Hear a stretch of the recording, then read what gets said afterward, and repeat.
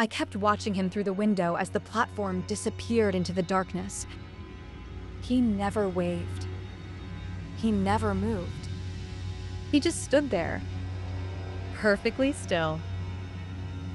For some reason, it bothered me more than it should have. Maybe because I was certain he hadn't been there when the doors opened. I tried convincing myself I'd simply missed him. The station had been dark. Maybe he had been standing behind one of the support columns. That explanation made sense.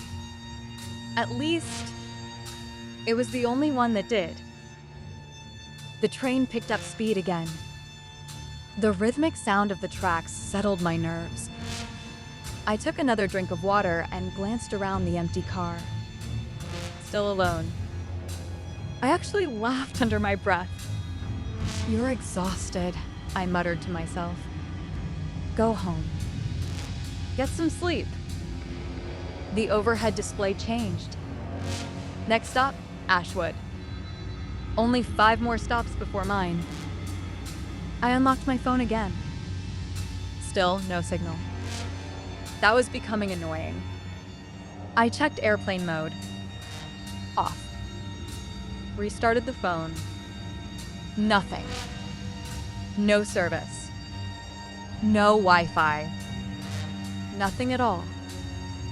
The strange thing was, the clock had stopped updating. It still read 1:58 a.m. I stared at it for several seconds. Then it suddenly jumped forward. 2:07 a.m. 9 minutes had simply disappeared. I frowned. Maybe the phone had frozen during the reboot. That had to be it. Then the lights flickered again. Longer this time. Once. Twice. 3 times. The entire car was swallowed by darkness. Less than 2 seconds. But long enough for me to completely lose my sense of direction. When the lights returned, someone was sitting at the opposite end of the car. I froze. An old man. Gray overcoat. Black glove. A dark hat pulled low over his forehead. His head was lowered. His hands rested neatly on top of a wooden cane. I hadn't heard the doors open. I hadn't heard footsteps. I hadn't heard anyone sit down. He simply was there. I immediately looked toward the nearest doors. Closed. The train hadn't stopped. Not once. I stared at him for several seconds. He didn't move. Didn't breathe. Didn't even adjust his posture. He looked less like a passenger and more like a mannequin someone had forgotten on the train. Finally, I stood up. Not because I wanted to confront him. I just wanted to make sure I hadn't somehow fallen asleep. As quietly as possible, I walked toward the center doors. I pretended to study the route map. Really? I was watching his reflection in the window. He never looked up. Never acknowledged me. Good. Maybe I'd imagined how strange he looked. The announcement interrupted my thoughts. Next stop, Ashwood. The train slowed. Outside, the station appeared. Empty. Exactly like the last one. The doors slid open. Cold night air drifted inside. No one entered. No one left. I glanced back toward the old man. Still sitting. Head lowered. The doors closed. The train continued. Something about that bothered me. If he'd boarded at Maple Street, why hadn't I seen him? I replayed everything in my mind. The empty platform. The old man standing at the far end. The doors closing. The train leaving. No, It wasn't possible. Unless he hadn't boarded from the platform. I immediately dismissed the thought. That was ridiculous. A train isn't haunted. People don't appear out of nowhere. There had to be an explanation. A maintenance worker. Someone asleep across multiple seats. Maybe I'd simply overlooked him. My thoughts were interrupted by another sound. Tap. I looked around. Nothing. Another tap. Closer. Then another. Slow. Steady. Almost rhythmic. Tap. Tap. Tap. It took me several seconds to realize what I was hearing. A cane. Someone tapping a wooden cane against the floor. Very gently. I slowly turned around. The old man was still seated. His hand still rested on top of the cane. Completely motionless. The tapping continued. Tap.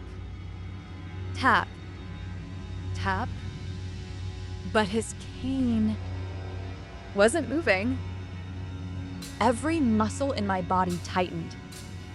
The sound wasn't coming from him. It was coming from the next car. I looked through the narrow glass window connecting the two cars. The lights inside flickered softly. At first, I didn't notice anything. Then, someone walked past the window. Just a shadow.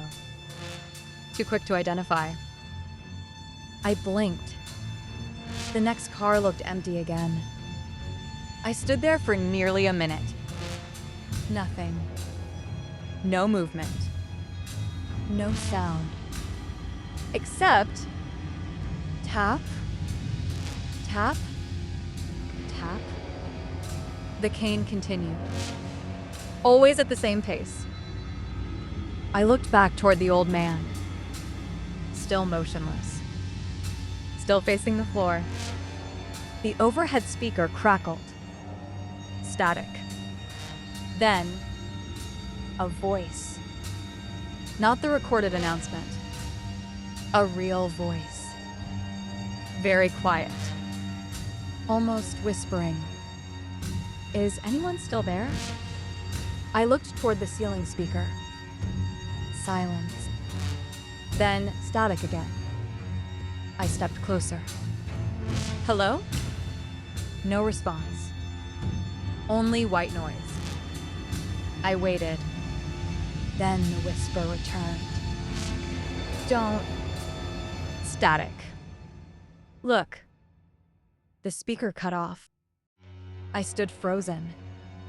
My heart was pounding so loudly that I could barely hear anything else. I told myself it had probably been interference. Someone speaking over the radio. A dispatcher. Another train. Anything.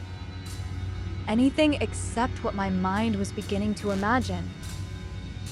The train entered a long stretch of forest. The city lights disappeared behind us. Outside the windows, there was nothing. Only darkness. The kind of darkness that swallows everything beyond the glass. I checked the route display again. It still said we were approaching Riverside Station. But something caught my attention. The estimated arrival time was blank. No minutes. No countdown. Just an empty space. And beneath the station name, letters slowly appeared across the screen. Not all at once. One by one. As if someone were typing them. DA pause. Oh, another pause. Then, N, my stomach tightened. The display continued. DON. T, I couldn't breathe. Another pause. Then the next word began.